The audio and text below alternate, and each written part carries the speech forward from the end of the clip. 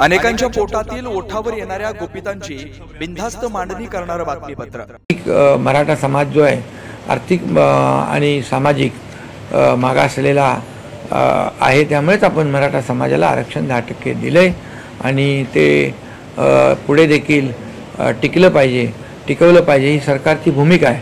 आणि त्या उपर देखील ज्या ज्या काही सूचना येतील त्या सूचना देखील सरकार लक्षात घेईल, परंतु जे योग्य आहे, कायदेशीर आहे, जे नियमात बसणार आहे अशा प्रकारची जी काही मागणी असेल त्या बाबतीत सरकार आजही सकारात्मक आहे।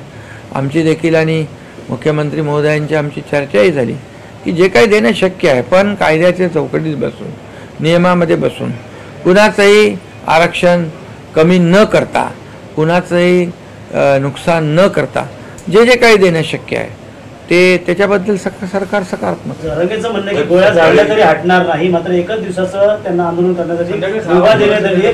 जर 5 वाजेनंतर हटली ना तर शिवसेनेची भूमिका सरकार शिवसेनेची काय भूमिका सरकार म्हणून गोळ्या घालण्याचं काम सरकारचं नाही आहे, हे सर्वसामान्यांचं सरकार आहे, सर्वसामान्यांना न्याय देणारं सरकार आहे। म्हणून तर मी सांगतो ना की जे आम्ही दिलं ते जे आज टीका करतायत त्यांनी टिकवलं नाही, त्यांची भूमिका त्यांनी स्पष्ट केली पाहिजे की काय भूमिका आहे तुमची यांच्या आंदोलनावर। आणि जेव्हा आम्ही बैठकीला बोलवतो, जेव्हा मी मुख्यमंत्री असताना तर बाहेर तर खूप काय बोलतात, समाजाला पाठिंबा आणि बैठकीला येत नाहीत। ही असली दुटप्पी भूमिका का घेता? जी भूमिका आहे ती स्पष्टपणे घ्या। आणि म्हणून मराठा समाजाला न्याय देत असताना सरकार त्यांच्यावर कुठलाही अन्याय करणार नाही किंवा मराठा समाजाला न्याय देत असताना इतर कुठल्याही समाजावर अन्याय करणार नाही।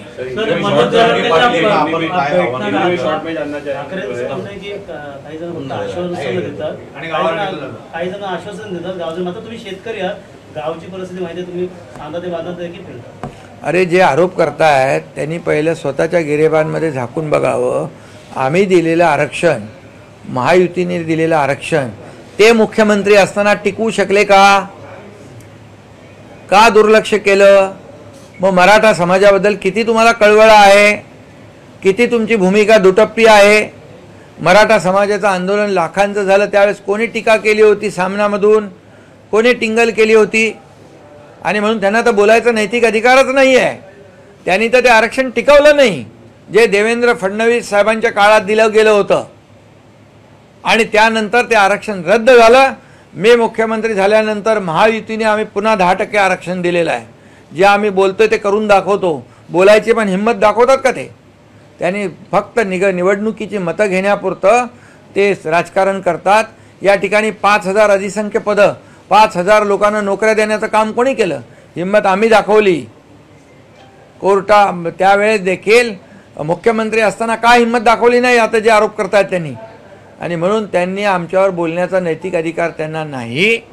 ते सपसेल या मराठा समाजाच्या न्याय हक्कामध्ये अपयशी ठरलेले आहेत। बेधडक, निर्भीड, बिनधास्त मांडणी करणारा खबऱ्या लाईव्ह।